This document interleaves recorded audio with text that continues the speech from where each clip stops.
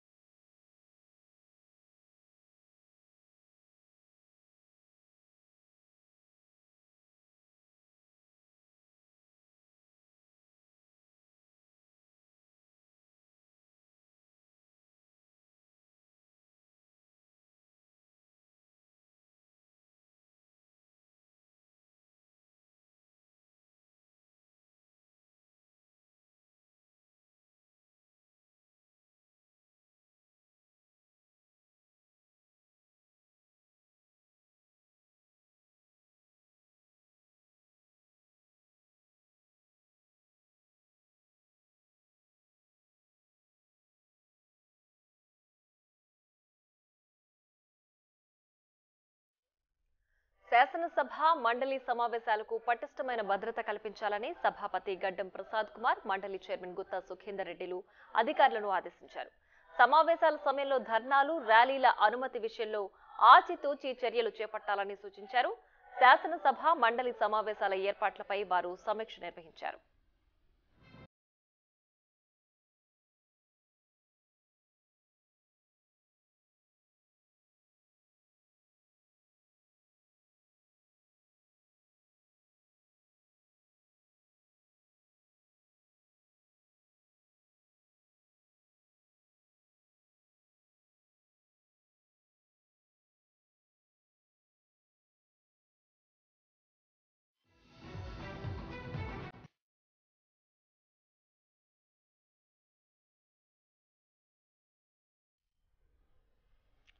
ఇదే అంశానికి సంబంధించి మరింత సమాచారం మా ప్రతినిధి రాణా లైవ్ లో అందించడానికి సిద్ధంగా ఉన్నారు.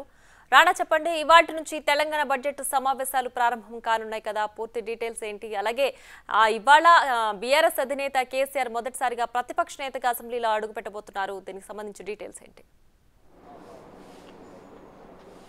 ఎస్ ప్రియా, కాంగ్రెస్ ప్రభుత్వం వచ్చినప్పటి నుంచి కూడా ఇది రెండో దఫా అసెంబ్లీ సమావేశాలు అని చెప్పుకోవచ్చు. ఇది చాలా కీలకమైనటువంటి సమావేశాలుగానే ప్రభుత్వం పరిగణిస్తుంది. ఎందుకంటే ఈ సమావేశాలను కూడా బడ్జెట్ను కూడా ప్రవేశపెట్టే అవకాశం ఉన్నట్టుగా మనకు సమాచారం ఉంది. ఈ సమావేశాలు ఈ రోజు నుంచి దాదాపు 17వ తారీఖు వరకు కూడా కొనసాగే అవకాశం ఉన్నట్టుగా తెలిసింది. ఎన్ని రోజులు జరపాలన్న దానిపై కూడా బీఎస్సీలో చర్చించిన తర్వాత వారు నిర్ణయం తీసుకోబోతున్నారు. మొదటగా ఇవాళ 11:30కి ఈ యొక్క సమావేశాలు ప్రారంభంగా ఉన్నాయి. మొదటగా గవర్నర్ ప్రసంగం తర్వాత రేపటి నుంచి గవర్నర్ ప్రసంగానికి ధన్యవాదాలు తీర్మానం అయితే ఉండబోతుంది. దానిపైన చర్చలు అయితే స్టార్ట్ కాబోతున్నట్టుగా తెలుస్తుంది. దాంతోపాటు ఈ యొక్క సమావేశాల్లోని ఇరిగేషన్ డిపార్ట్మెంట్కి సంబంధించి అవకతవకలు ఏ విధంగా జరిగాయన్న దానిపై కూడా పూర్తి స్థాయిలో శ్వేతపత్రం అనేది ప్రభుత్వం రిలీజ్ చేయబోతుంది.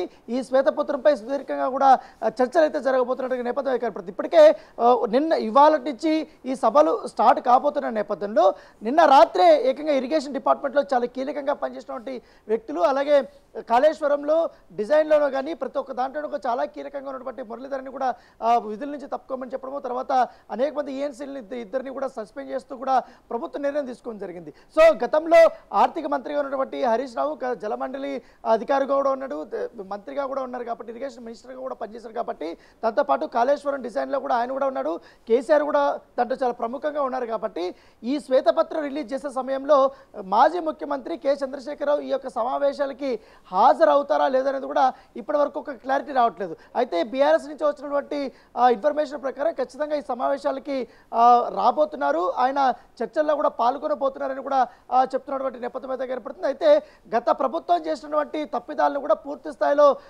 అసెంబ్లీ వేదికగా ఎండగట్టాలనే ఉద్దేశంతో కూడా ప్రభుత్వం కూడా ఉంది. దాంతోపాటు ఈ యొక్క జలాల విషయంలో మాత్రం కేంద్ర ప్రభుత్వానికి పూర్తి స్థాయిలో కూడా వీరు అప్పచెప్పారని గత కొన్ని రోజుల నుంచి కూడా బీఆర్ఎస్ ప్రభుత్వం చేస్తున్నటువంటి బీఆర్ఎస్ నేతలు చేస్తున్నటువంటి ఏదైతే విమర్శలు ఉన్నాయో ఆ విమర్శ అవకాశాలు కూడా అసెంబ్లీ వేదికగా కూడా తిప్పికొట్టాలని కూడా ముఖ్యమంత్రి రేవంత్ రెడ్డి ఉన్నట్టుగా మనకు సమాచారం అందుతుంది.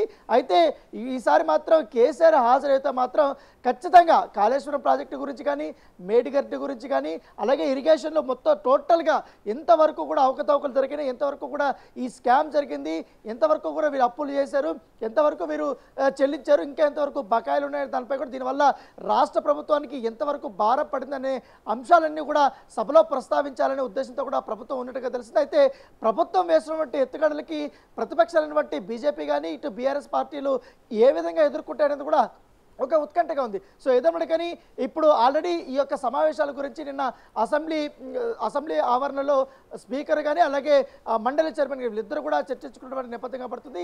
జరిగిన భద్రతాపరమైనటువంటి అంశాలపైన కానీ అలాగే ఈ సభ ఎన్ని రోజులు జరపాలనే దానిపై కూడా పూర్తిస్థాయిలో ఎంతవరకు స్టాప్ ఇక్కడ అలాట్మెంట్ జరగాలనే దానిపై కూడా పూర్తిస్థాయిలో వారు చర్చించిన నేపథ్యం కనపడుతుంది. దాంతోపాటు స్పీకర్ ఒక నిర్ణయానికి కూడా వచ్చారు.